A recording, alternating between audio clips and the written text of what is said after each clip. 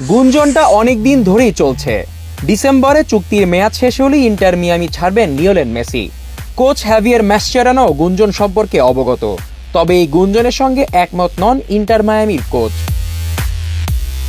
মাসচেরানোর মতে মেসি কোথাও যাচ্ছেন না, থাকছেন মায়ামিতেই, এমনই আত্মবিশ্বাস আর্জেন্টাইন কোচের। তিনি বলেছেন, লিওকে নিয়ে আমরা সবাই আশা করছি নতুন করে সে চুক্তি করবে।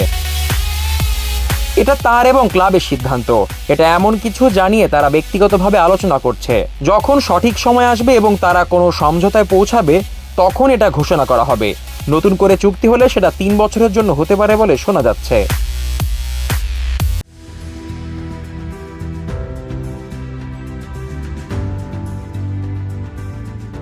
মেসি ক্লাব ছাড়তে যাওয়ায় ইউরোপীয় অনেক সংবাদ মাধ্যম জানিয়েছে 8 বারের ব্যালন ডি'অর জয়ীকে আবারও ইউরোপিয়ান ফুটবলে দেখা যেতে পারে। শুধু সংবাদ মাধ্যম নয়, আর্জেন্টাইন অধিনায়কের সাবেক বার্সেলোনা সতীর্থ ও বর্তমানে কোমোর কোচ সেস ফ্যাব্রিগাসও এমনটা আশা করছেন। সেসব গুঞ্জন নিয়ে মাসচেরানো বলেছেন, গুঞ্জন সম্পর্কে আমি অবগত আছি, তবে আমি বলতে পারি সে আমাদের সঙ্গে থাকছে, এ ব্যাপারে আমরা আশাবাদী।